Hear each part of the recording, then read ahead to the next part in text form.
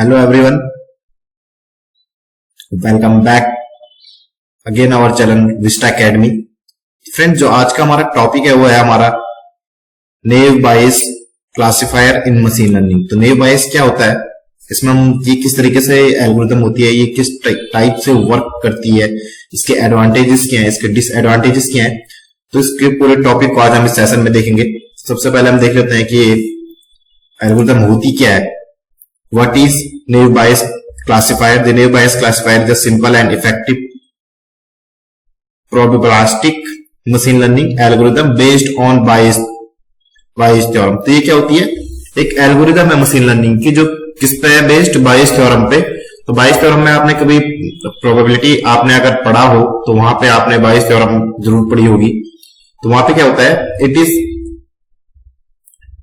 primarily used for classification tasks। Classification task के लिए इसका यूज किया जाता है। The naive part come from the assumption that features in the data set। तो इसमें क्या होता है, naive parts कौन सा होता है, जो आपका assumption of features होते हैं डेटा सेट के, उसके क्या फीचर्स हैं, are independent of each other। तो ये क्या रहता है, इंडिपेंडेंट रहते हैं एक दूसरे से, which is really true in real world scenario but simplifies computation at often work well in practice according to this definition. तो यहाँ पे क्या बोलता है, जो नेव बायस एल्गोरिथम है, क्लासिफायर एल्गोरिथम है, तो उसका क्या होता है मशीन लर्निंग में, क्या है, आप एक सरल या एफिशिएंट आधारित एल्गोरिथम है जो बेस थ्योरम पर क्या है, जो बेस थ्योरम के ऊपर बेस्ड है, जो इसका मेन क्लासिफिकेशन कार्यों के लिए इसका यूज किया जाता है।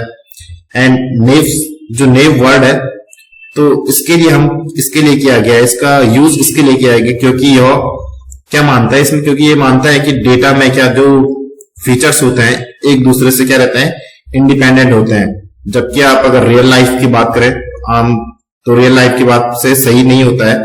फिर भी यह क्या करता है, आपका सिंपल क्या करता है, सिंप्लीफाइज कर लेता है आपके जो कंपटीशन है कंपटीशन पे, एंड उसे इजी बना लेता है।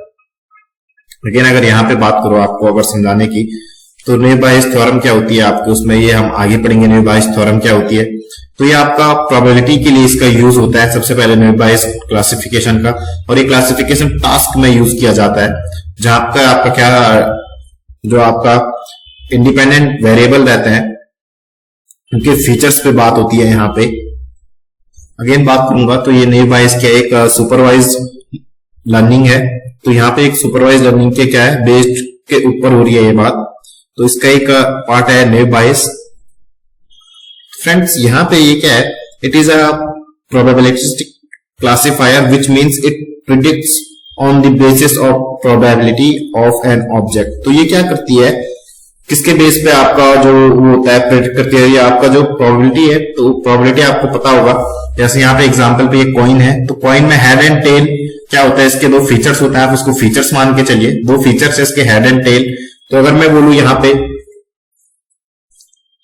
तो अगर मैं बोलूं सिंपल जो स्पेस है इसमें हेड एंड टेल होगा, एंड अगर मैं इसकी प्रोबेबिलिटी बात करूं कि हेड आने की क्या प्रोबेबिलिटी होगी, तो यहाँ पे इसका जो प्रोबेबिलिटी क्या आएगी, इसमें क्या आएगा, हेड एंड हेड भी आ सकता है, 100% हेड आ सकता है, या 1/2% आप 50% बोल सकते हैं कि हेड आ सकता है। तो इसमें क्या कहता है, आपने 11th-12th में अगर आपने प्रोबेबिलिटी वाला चैप्टर आपने अगर मैथ वाले हैं तो आपको कुछ याद आ रहा होगा इस टाइप का। तो इसमें हेड एंड हेड होगा, हेड एंड टेल भी आ सकता है, टेल एंड हेड भी हो सकता है अगर टू कॉइन्स की मैं बात करूं। एंड यहाँ पे मैं सिंगल कॉइन में बोलूं तो वहां पे हेड एंड टेल आएगा। तो हेड आने की जो प्रोबेबिलिटी होगी वो 1/2 होगी। आप ये देख सकते हैं किसी भी चीज की प्रोबेबिलिटी 0 या 1 ही होती है, इससे ज्यादा कुछ हो नहीं सकती है। तो नहीं होगा, या तो क्या 1 मतलब या तो होगा ही होगा, 100% होगा, या तो 0 मतलब बिल्कुल ही नहीं होगा। तो अगर मैं ये सिंगल कॉइन की बात करूं तो यहाँ पे इसका हेड एंड टेल के मैं 1/2 बोलूंगा। अगर मैं यहाँ पे 2 कॉइन लेके चलता हूं तो इसमें हेड एंड हेड भी हो सकता है, हेड एंड टेल भी हो सकता है, टेल एंड हेड भी हो सकता है, टेल एंड टेल भी हो सकता है। वैसे यहाँ पे डाइस की बात करें अगर, तो डाइस में क्या होगा, जो आपका सिंपल डाइस होगा, आपका सिंपल डाइस होगा, तो सिंगल डाइस में क्या आएगा आपका 1 2 3 4 5 6 आने की क्या है इसमें प्रोबेबिलिटी है। ये तो एक टाइम पे 1 ही आएगा, तो 2 आएगा, तो 3 या तो 4 ही आ सकता है, तो 5 एंड ला तो 6 ही आ सकता है। अगर मैं 2 डाइस की यहाँ पे बात करूं तो 2 डाइस में आपका यह है कि काफी कुछ इसमें आने की प्रोबेबिलिटी है, या तो आपका 1 1 भी आ सकता है, आपका इसी टाइप से 1 2 1 3 1 4 1 5 1 6 इस टाइप से आ सकता है। तो तो 36 आई थिंक यहाँ पे, तो इसकी प्रोबेबिलिटी आने की चांसेस है कि 36 क्या हो सकता है, इसके फीचर्स आ सकते हैं यहाँ पे। यहाँ पे अगर बात करूं नेव बायस, ये दो वर्ड से मिलकर बना है। तो नेव का मीनिंग क्या होता है? Naive it is called naive because it makes the assumption that all attributes are independent for each other. तो जो भी एट्रीब्यूट होगा तो इनको कंसिडर करेगा किस बेस पे, उनको इंडिपेंडेंट रखने पे। तो इसके लिए इसका नाम नेव पड़ा है यहाँ पे। तो यहाँ पे अगर आप नेव में अगर भी कंफ्यूज हो तो मैं आपको एक एग्जांपल दे लेता हूँ। सपोज हम किसी स्वीट फ्रूट को लेते हैं, उसमें हम ले लेते हैं आपका एप्पल। तो उसके फीचर्स क्या क्या होंगे? तो उसके फीचर्स, पहला फीचर होगा ओवल शेप में होगा, सेकंड होगा उसका जो टेस्ट होगा वो स्वीट होगा, एंड उसका थर्ड फीचर होगा वो क्या होगा, ग्रीन या रेड कलर का होगा। अगर मैं यहीं पे इसको बोलूं कि इसकी जगह पे कोई दूसरा फ्रूट ले लीजिए सेम फीचर्स का, तो आप गुआवा ले सकते हैं, गुआवा की जगह पर आप वाटरमेलन ले सकते हैं। तो ये इसके फीचर्स है जो उससे मैच खाते हैं। तो क्या होता है, नेव्स का जो काम होता है, नेव का काम ही यही होता है कि जो इनके फीचर्स को क्या बनाना है, इंडिपेंडेंट बनाना है। तो इंडिपेंडेंट ही बनाने में नेव का काम होता है। एंड बेस की बात करें यहाँ पे, बेस की, तो बेस क्या है, एक it is called base because it depend on principle of Bayes theorem. तो ये बेस थ्योरम के ऊपर क्या है, डिपेंड है, इसके लिए इसका नाम बेस पड़ा है। तो चलिए आगे हम चलते हैं। तो यहाँ पे कुछ बेस थ्योरम है। तो बेस थ्योरम क्या होता है? Bayes theorem provides a way to calculate the probability of a hypothesis. Hypothesis करेगा given some observe data features. तो यहाँ पे आप देख सकते हैं, यहाँ पे ये फॉर्मूला है उसका, PAB equal to PAB and dot PB upon PA। तो यहाँ पे आपने ये फॉर्मूला पहले ही पढ़ा होगा, इसको प्रोबेबिलिटी बोलते हैं।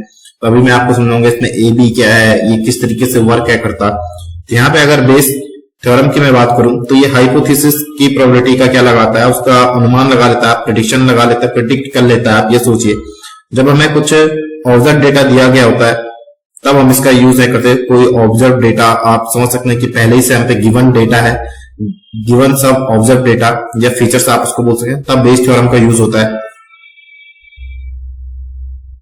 अगेन मैं यहाँ पे बात करूं अगर आपका, तो यहाँ पे PA क्या है आपका, P और A और B क्या है, ये आपका इवेंट्स है। इवेंट्स मतलब ये आपका जो आपने प्रोबेबिलिटी है, ये इस चीज का यूज है कर रहे हैं। A और B क्या है यहाँ पे, तो probability of A given that B is true. अगर प्रोबेबिलिटी A इज गिवन है दैट B इज ट्रू, तो B क्या होगा, ट्रू होगा। अगर प्रोबेबिलिटी B इज गिवन है तो A इज क्या होगा, ट्रू होगा। ऐसे यहाँ पे क्या है, प्रोबेबिलिटी ऑफ इवेंट A, जो प्रोबेबिलिटी है यहाँ पे आप PA देख रहे हैं, तो प्रोबेबिलिटी ऑफ इवेंट A का है, एंड B की बात करूं तो प्रोबेबिलिटी ऑफ इवेंट B है। तो बात करूं अगर इसके एग्जाम्पल की, तो यहाँ पे एक हमने आप छोटे से आपने प्लेइंग कार्ड्स वाला गेम देखा होगा, कार्ड्स वाला गेम देखा होगा। तो हम उस कार्ड्स का क्या करेंगे, एग्जाम्पल से मैं उसको आपको समझाता हूँ उसमें क्या क्या होता है। तो यहाँ पे आपने ये कार्ड्स वाला गेम देखा है तो आपको कुछ याद आ गया होगा। तो इसमें 4 सूट्स होते हैं, आपको पता होगा, hearts, clubs, diamonds and spades. तो यहाँ पे क्या होता है, जो पर सूट होता है, ईच सूट पे क्या होता है, 13 कार्ड्स रहते हैं। तो आपको पता होगा एस होगा 2 3 4 5 6 7 8 9 10, जैक, क्वीन, किंग। ये क्या होता है, ये 13 कार्ड्स होते हैं पर सूट्स पे। तो इस हिसाब से ये 52 होते हैं। 13 4 से अगर यहाँ पे बात की जाए तो 52 ही होगा। तो 52 कार्ड क्या होगी, हम पे टोटल होगी। अगर यहाँ पे बात करें, if you pick a card of from the deck, can you guess the probability of getting a king given the cards in the spade. तो यहाँ पे आपके पास गिवन क्या है, वो कार्ड क्या है, आपके पास स्पेड है। यहाँ पे ये गिवन आ गया है, given the card is a spade. तो ये कार्ड क्या हो गया, स्पेड होगा। टोटल स्पेड कितने होंगे, मैंने अभी बोला आपके 4 सूट्स होंगे तो उसपे 13 कार्ड्स होंगे, तो 13 कार्ड्स। उसमें किंग कितने होंगे, यहाँ पे अगर आप एग्जांपल देख रहे हैं 13 कार्ड्स में ओनली 1 ही किंग होगा स्पेड का। तो 1 किंग आपका स्पेड का होगा, 1 क्लब्स का होगा, 1 डायमंड का होगा, 1 स्पेड का होगा। अगर यहाँ पे बात करो तो स्पेड्स में से अगर किंग आने की प्रोबेबिलिटी अगर आप देख रहे हैं तो यहाँ पे क्या है, टोटल स्पेड कितने हो गए आपके 13 हो गए, उसमें किंग कितना हो गया, 1 ही हो गया। एंड यहाँ पे अगर मैं यहाँ पे आपका, तो यहाँ पे आप देखिए जो आपकी कंडीशन है वो ऑलरेडी यहाँ पे हम पे गिवन है कि स्पेड है कार्ड। तो स्पेड मैंने आपको बताया 13 होंगे, उसमें किंग 1 होगा। तो यहाँ पे इसका जो प्रोबेबिलिटी क्या बनेगी, प्रोबेबिलिटी किंग डैश स्पेड। तो इसमें क्या होगा, डैश स्पेड आप समझ सकते हैं कि किंग क्या है, किंग 1 है, स्पेड क्या है, इसमें ऑलरेडी गिवन है। तो इसकी जो प्रोबेबिलिटी बनेगी 1/13 बनेगी, ना कि 52। आप कंफ्यूजन मत होना कि 52 आपने कहीं पढ़ा था। तो इसका जो प्रोबेबिलिटी होगी वो आने की क्या होगी, 1.007076, तो इस टाइप से आएगी। अगर मैं यहाँ पे बात करूं, यहाँ पे ये क्या है, P डैश, इसको हम पढ़ते कैसे हैं, तो उसको आप बोलेंगे probability of A when given B, probability of A when given B. तो आप मेरे इस पे वर्ड्स पे देखिए, व्हेन गिवन बी, जब गिवन है बी तो क्या होगा, प्रोबेबिलिटी ऑफ ए होगा। अगर यहाँ पे probability of B and A की बात करूं तो probability of B when given A, यहां पे उल्टा हो जाएगा। यहां पे बात करूं तो मैं अगर बी की बात करूं तो यहां पे आप देखिए probability of B occurring that B has already occurred, तो ये ऑलरेडी अक्योर्ड है। यहाँ पे आपको ये गिवन है, तो बी की यहाँ पे बात करो। यहाँ पे अगर बात करो इसकी एडवांटेजेस की, तो इसके एडवांटेजेस क्या हैं। एडवांटेजेस से पहले फ्रेंड्स, आई होप आपने बेस थ्योरम आपको अच्छे से समझ आ गई होगी। यहाँ पे जो इवेंट था, तो इवेंट क्या था आपका इवेंट ये था आपका। अगर मैं इसको इस थ्योरम में डालूं तो इस उसमें डाल के देखते हैं आपका उसमें क्या होगा। तो यहाँ पे अगर मैं इस एग्जांपल में डालूं तो आपका जो बी रहता है वो आपका गिवन रहता है, ये आपकी कंडीशन रहती है। तो इसमें आपका क्या होगा, पी किंग, और आपका किंग ऑफ बी होगा, किंग डैश बी। अगर मैं इसको बोलूं यहाँ पे डैश किंग डैश स्पेड होगा यहाँ पे, क्योंकि हम पे स्पेड का था, इक्वल टू पे यहाँ पे अगेन क्या आएगा, स्पेड यहाँ पे आएगा, एंड यहाँ पे क्या आएगा किंग, और यहाँ पे बी पे था आपका किंग, एंड ए पे आएगा आपका, सॉरी यहाँ पे आएगा किंग, यहाँ पे आएगा आपका स्पेड, एंड यहाँ पे भी स्पेड, एंड यहाँ पे भी क्या आएगा आपका किंग। तो इसका जो A dot A spade B था, तो इसका 1/4 बनेगा, इक्वल टू आएगा आपका यहाँ पे जो बनेगा 1/4। हमें ये चाहिए आपका ए चाहिए, उसमें से स्पेड चाहिए।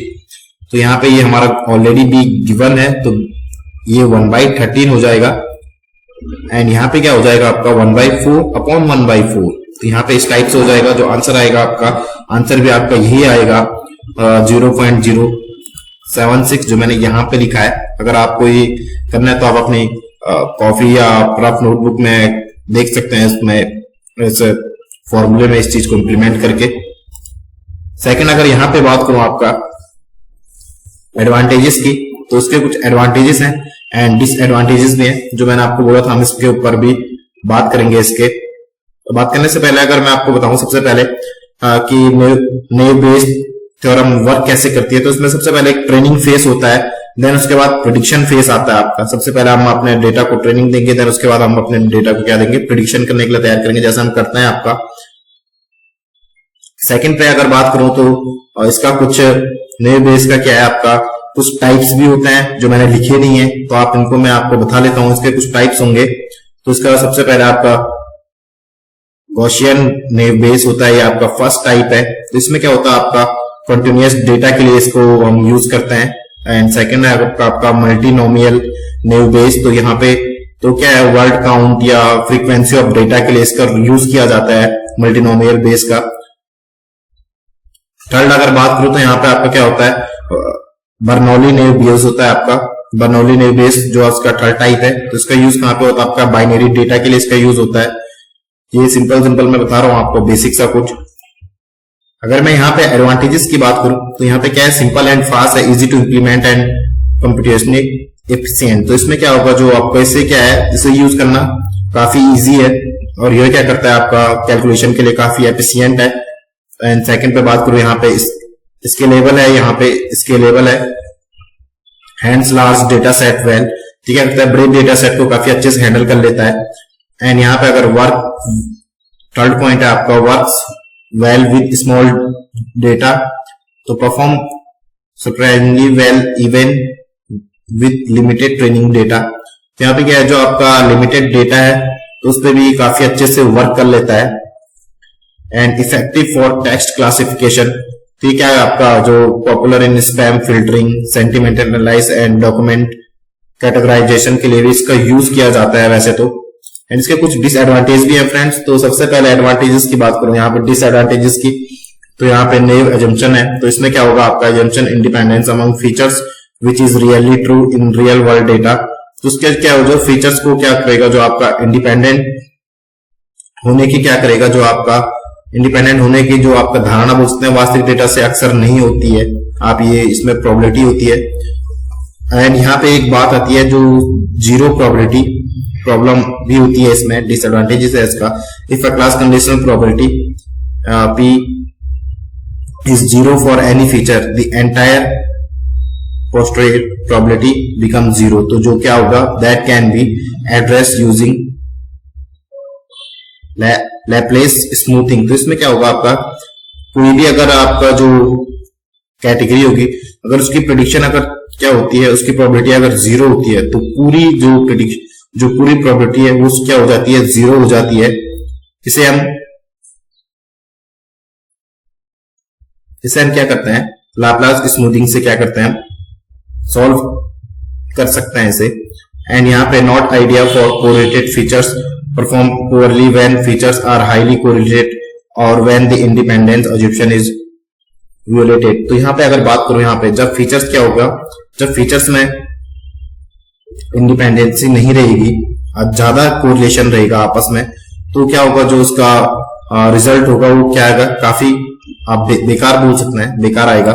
एंड यहाँ पे कुछ एप्लीकेशंस है, तो इसका टैक्स क्लासिफिकेशन में इसका यूज होता है, मेडिकल डायग्नोसिस में इसका यूज होता है, रिकमेंडेशन सिस्टम में इसका यूज होता है, प्रिडिक्टिंग यूजर, प्रिडिक्टिंग फेस, इस चीज के लिए भी, फेस रिकॉग्नाइज के लिए भी इसका यूज किया जाता है, रियल टाइम प्रिडिक्शन के लिए इसका यूज किया जाता है. तो यहाँ पे इस चीज का यूज किया जाता है. आई होप फ्रेंड्स ये आपके लिए समझ आ गया होगा आपके उसमें कि नेव बायस एल्गोरिथम क्या है. एंड चलिए हम क्या करते हैं, इसको और अच्छे से समझने के लिए हम इसको पाइथन में इंप्लीमेंट करके देखते हैं. चलिए हम जुपिटर नोटबुक में चलते हैं. सो गाइस हम अपने जुपिटर नोटबुक में आ चुके हैं. तो जुपिटर नोटबुक में आते ही सबसे पहले मैं आपको यहाँ पे एक डेटा सेट दिखा लेता हूँ जिस पर मैं वर्क करूंगा. ये मैंने केगल से ये डेटा सेट उठाया है. ये हमारी केगल की वेबसाइट है. केगल एक वेबसाइट है, प्लेटफॉर्म है, जहां से आपको डमी डेटा आपको मिल जाएगा. तो ये हमारा डमी डेटा है. ये कुछ डेटा के बारे में अगर मैं आपको बताऊं तो ये डेटा इस टाइप का है, जैसा आप सोशल मीडिया पे लिंक देखते हैं किसी भी ऐड से. जब आप कुछ भी चीज परचेज करते हैं, आप ऑनलाइन में देखते होंगे सोशल मीडिया पे, तो वहां पे आपको एक ऐड दिखाई जाता है. तो वहां पे जो एड से आप जो भी चीज परचेज करते हैं, जैसे कोई कोर्स हो गया या कोई क्लोथ शूज वगैरह, तो उससे आप परचेज करें तो ये उस बेसिस पे आइए डेटा.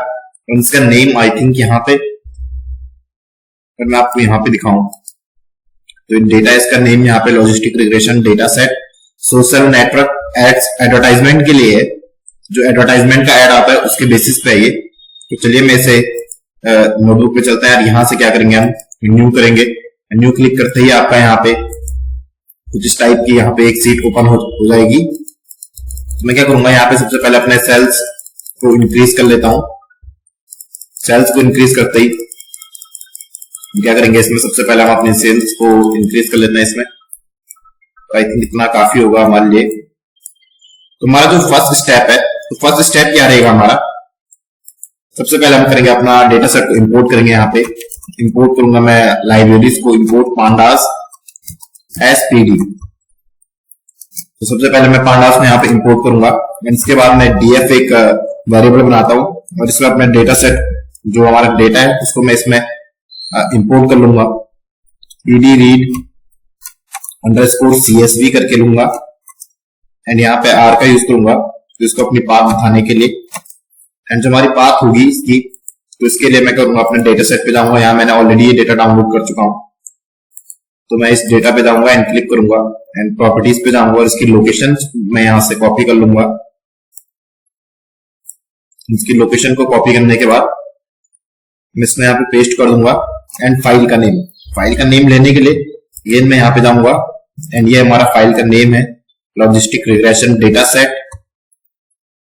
यहाँ पे मैं कर दूंगा इसको यहाँ पे कॉपी एंड लास्ट में आएगा हमारा .csv.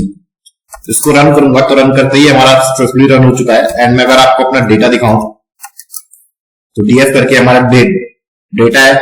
यहाँ पे 400 रोज एंड 5 कॉलम आपको यहाँ पे दिखा रहा है. यूजर आईडी है, जेंडर है, एज एंड एस्टिमेटेड सैलरी और परचेज है. तो ये हमारा डिपेंडेंट जो परचेज वाला है, हमारा डिपेंडेंट क्या है, वेरिएबल है. और ये हमारा इंडिपेंडेंट है, gender age and estimated salary के हमारा इंडिपेंडेंट वेरिएबल. तो हम इसको क्या करेंगे, सबसे पहले हम इसको सेपरेट कर लेंगे. तो सेपरेट करने के लिए मैं क्या करूंगा, मैं इसको अपने एक एक्स वेरिएबल में इसको डालता हूं एंड df.ilog का मैं यहाँ पे यूज करूंगा. ilog से क्या होगा, एंड मुझे इसमें से कोलन लगा के मैं क्या करूंगा, कोलन से होता है colon reference to all the rows and इसके बाद आता है कॉलम के लिए, तो कॉलम मेरा इंडेक्स 1 2 3 मैं यहाँ पे लूंगा एंड कर दूंगा इसको क्लोज एंड रन करूंगा। तो 1 2 3 अगर आप कंफ्यूज होंगे तो ये हमारा 0 है इसका इंडेक्स, यूजर आईडी, जेंडर आ गया आपका 1, एज आ गया आपका 2, एस्टिमेटेड सैलरी आ गया आपका 3। तो इस टाइप से 1 2 3, तो मैंने इन तीनों कॉलम को लिया अपने एक्स में। मैं आपको यहाँ पे एक्स अगर अपना दिखाऊं तो हमारा एक्स है, तो क्या करूंगा मैं इसको एरेज में इसको क्या करूंगा कन्वर्ट कर दूंगा, तो मैं डॉट वैल्यूज इसमें करूंगा, इसको रन कर दूंगा एंड इसको भी रन कर दूंगा, तो हमारा एरे में कन्वर्ट हो चुका है।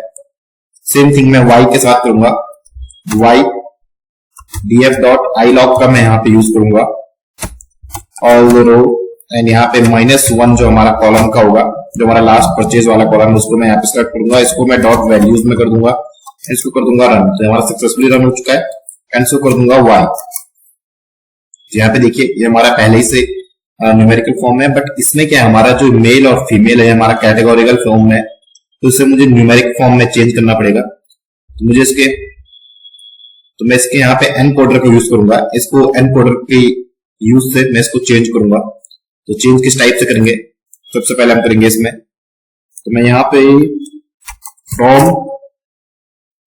sklearn dot pre processing and इसमें करूंगा इंपोर्ट आपका लेवल एनकोडर को मैं यहाँ पे इंस्टॉल कर दूंगा एंड इसका एक ऑब्जेक्ट बनाऊंगा LE एंड इसको मैं इसमें क्या कर दूंगा आपका लेवल एनकोडर को स्टोर कर दूंगा।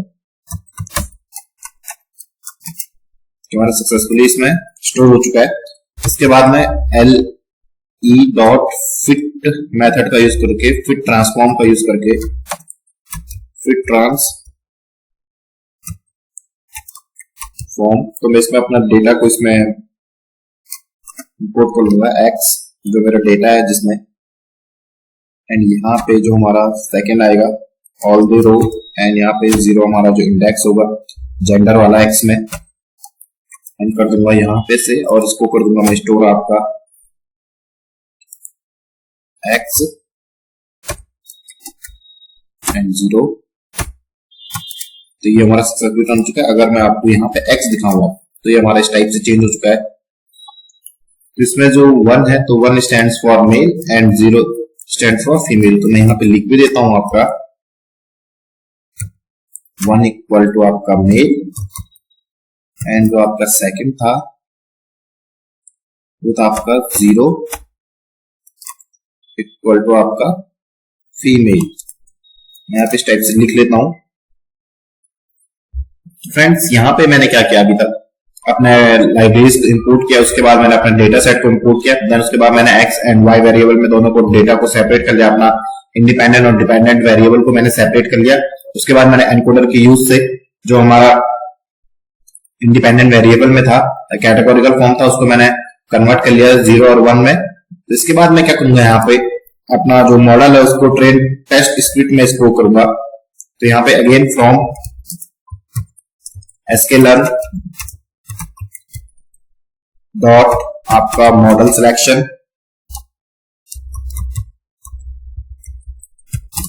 एंड यहां से इंपोर्ट करूंगा मैं आपका ट्रेन टेस्ट स्प्लिट एंड कर दूंगा इसको रन। जब तक ये हमारा रन होता है तब तक मैं आपका ट्रेन टेस्ट स्प्लिट में यहां पे कर लेता हूं, train test split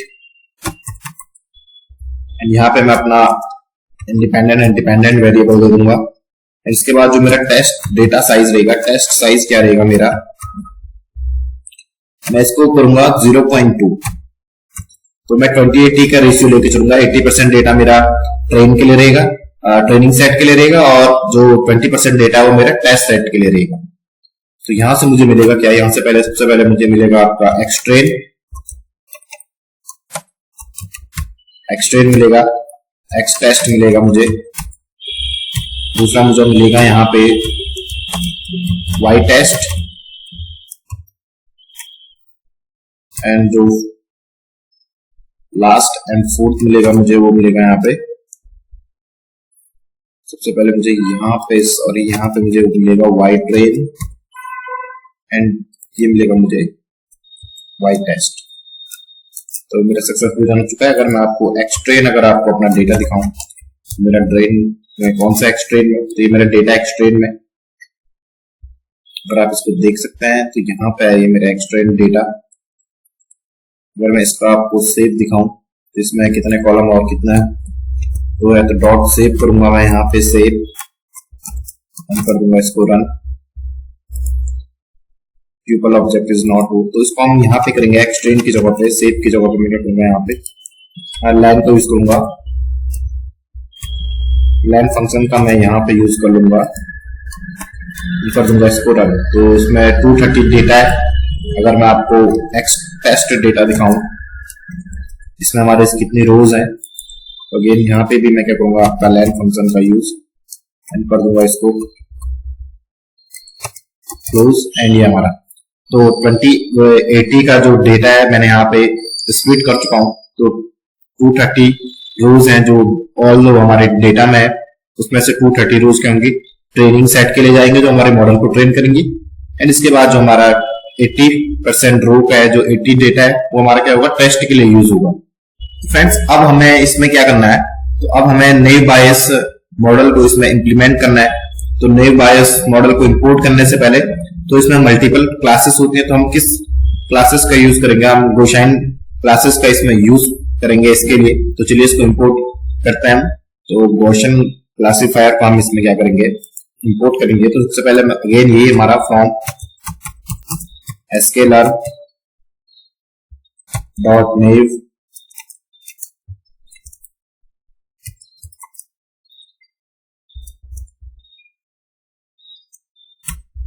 dot naive Bayes, इसमें करूंगा मैं आपका इंपोर्ट गॉसियन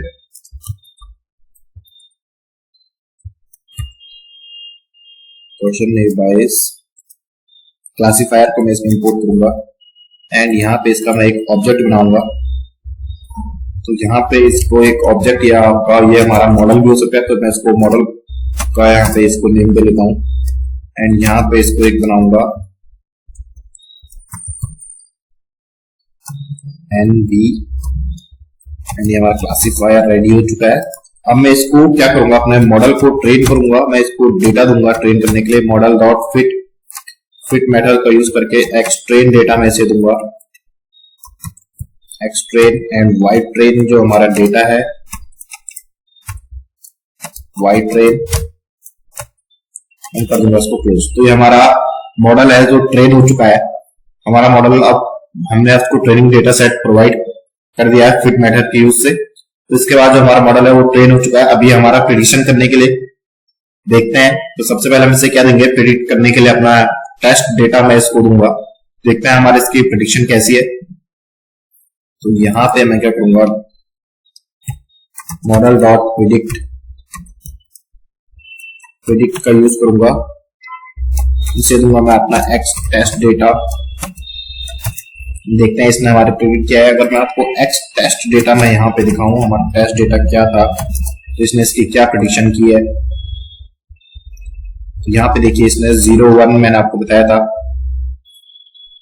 जिसने परचेज नहीं किया है और जिसने परचेज किया है उसके लिए 1 है, और जिसने नहीं किया उसके लिए 0 है। तो यहाँ पे जो फर्स्ट वाला है ये आपका मेल होगा 1। तो यहाँ पे इन्होंने क्या किया, परचेज नहीं किया है। एंड जो इसमें है आपका 0 है, बट यहाँ पे थर्ड वाला आपका 1 है। तो यहाँ पे इन्होंने ये हमारा जो एडवर्टाइजमेंट था उससे उसने जो भी ऐड होगा हमारा उस चीज से उसने परचेज किया है। तो अब हम क्या करेंगे, ये हमारा टेस्ट डेटा भी दे दिया इसने। तो मैं यहाँ पे स्कोर अपना मॉडल का स्कोर कर लेता हूँ, इसका एक्यूरेसी क्या है। तो स्कोर मैं यहाँ पे कर लेता हूँ देखने के लिए, एक्स टेस्ट और आपका वाई टेस्ट। एंड कर दूंगा मैं यहाँ पे इसको attribute has no अच्छा ओके सॉरी यहाँ पे